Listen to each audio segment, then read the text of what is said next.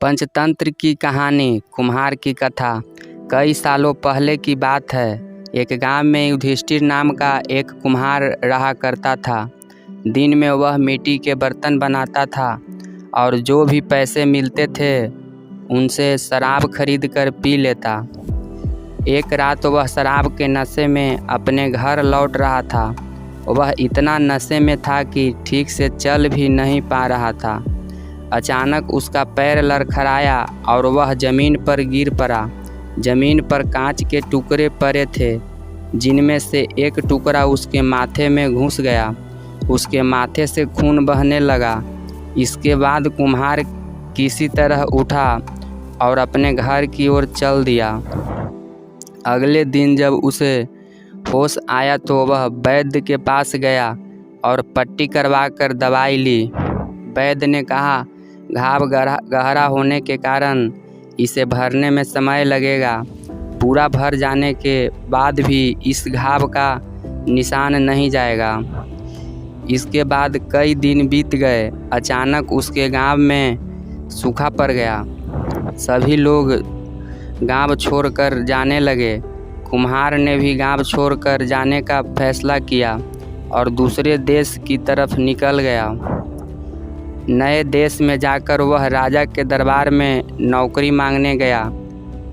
वहाँ राजा ने उसके माथे पर चोट का निशान देखा और सोचा यह जरूर कोई पराक्रमी योद्धा होगा और दुश्मन से लड़ते समय इसके माथे पर चोट लगी होगी।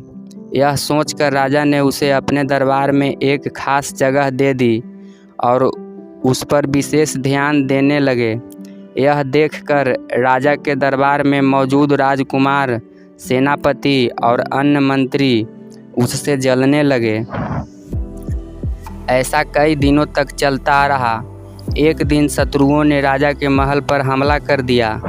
राजा ने अपनी पूरी सेना को युद्ध के लिए तैयार किया। उसने युधिष्ठिर से भी युद्ध में जाने के लिए कहा।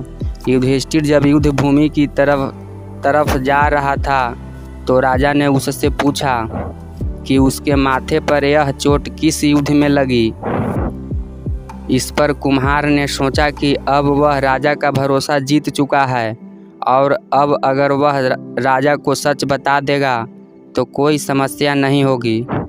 यह सोचकर उसने राजा को कहा, राजन, मैं कोई योद्धा नहीं हूँ, मैं तो एक साधारण सा कुम्हार हूँ।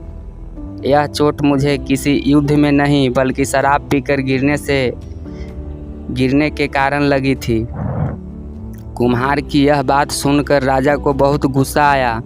उसने कहा, तुमने मेरा विश्वास तोड़ा है और मुझे छल कर दरबार में इतना ऊंचा पद पाया है।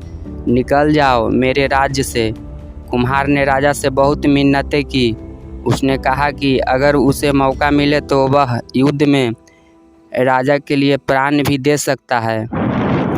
राजा ने कहा, तुम चाहे जितने भी वीर और पराक्रमी हो, लेकिन तुम शूरवीरों के कुल से नहीं हो।